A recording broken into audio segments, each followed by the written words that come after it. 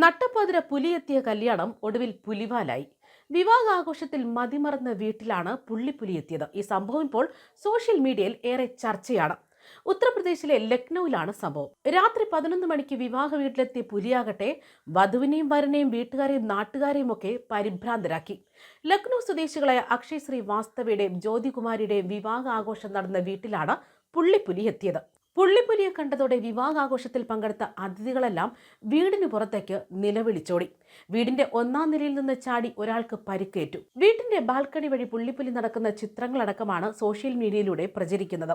പ്രദേശത്ത് ഏറെ നേരം ഭയാനകമായ അന്തരീക്ഷമാണ് ഉണ്ടായിരുന്നത്. ആദ്യ രാത്രി ആഘോഷിക്കേണ്ട വരനെയും വധുവിനെയും ഉടൻ തന്നെ പുറത്തെത്തിച്ച് കാറിൽ കയറ്റി പറഞ്ഞയച്ചു. മറ്റുള്ളവർ വിവിധ ഇടങ്ങളിലേക്ക് ഓടി രക്ഷപ്പെട്ടു.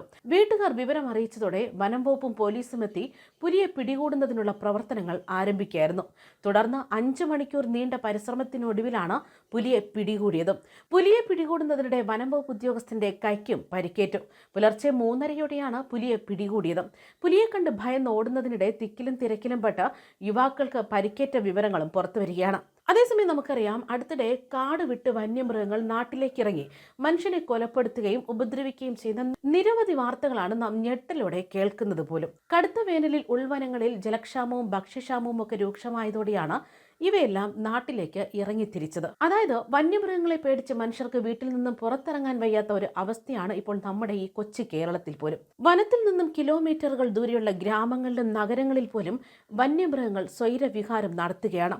രാത്രിയും പകലുമെന്ന വ്യത്യാസമില്ലാതെ വന്യമൃഗങ്ങൾ നാട്ടിലിറങ്ങി മനുഷ്യരെ ആക്രമിക്കുന്നു. വാഹനങ്ങളിൽ സഞ്ചരിക്കുന്നവരെ നടുറോട്ടിൽ തടഞ്ഞു നിർത്തിയാണ് കാട്ടാനകൾ പോലും ആക്രമിച്ചുകൊണ്ടിരിക്കുന്ന സംഭവങ്ങൾ നിത്യേനെ സമൂഹ മാധ്യമങ്ങളിലടക്കം പുറത്തുവരുന്നത്. മാത്രമല്ല, കടുവകളും കരടിയുമൊക്കെ വാഹനങ്ങൾക്ക് പിന്നാലെ കുതിച്ചോടി യാത്രക്കാരെ മരണഭയത്തിലേക്ക് എത്തിക്കുന്നു. ഏത് നിമിഷവും വന്യമൃഗത്താൽ ആക്രമിക്കപ്പെട്ടേക്കാമെന്ന ഭയത്തോടെയാണ് മലയോര മേഖലയിലുള്ളവർ പോലും കഴിഞ്ഞു പോകുന്നത്. കൃഷിസ്ഥലങ്ങളിലേക്ക് പോലും ഇവർക്ക് പോകാൻ പറ്റാത്ത അവസ്ഥയാണ്.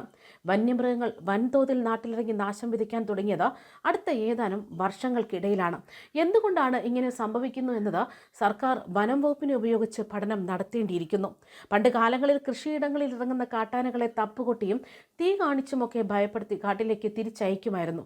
എന്നാൽ ഇപ്പോൾ അത്തരം പ്രവർത്തനങ്ങളൊന്നും തന്നെ ഫലവത്തല്ല എന്ന് തന്നെയാണ് വ്യക്തമാകുന്നത്. മനുഷ്യരെ കണ്ടാൽ ഓടി ഒളിക്കുമായിരുന്ന കാട്ടുമൃഗങ്ങൾ ഇപ്പോൾ പാഞ്ഞടുക്കുകയാണ്. അതായത് മനുഷ്യരെ വന്യമൃഗങ്ങൾക്ക് പോലും ഭയമില്ലാതായിരിക്കുന്നു.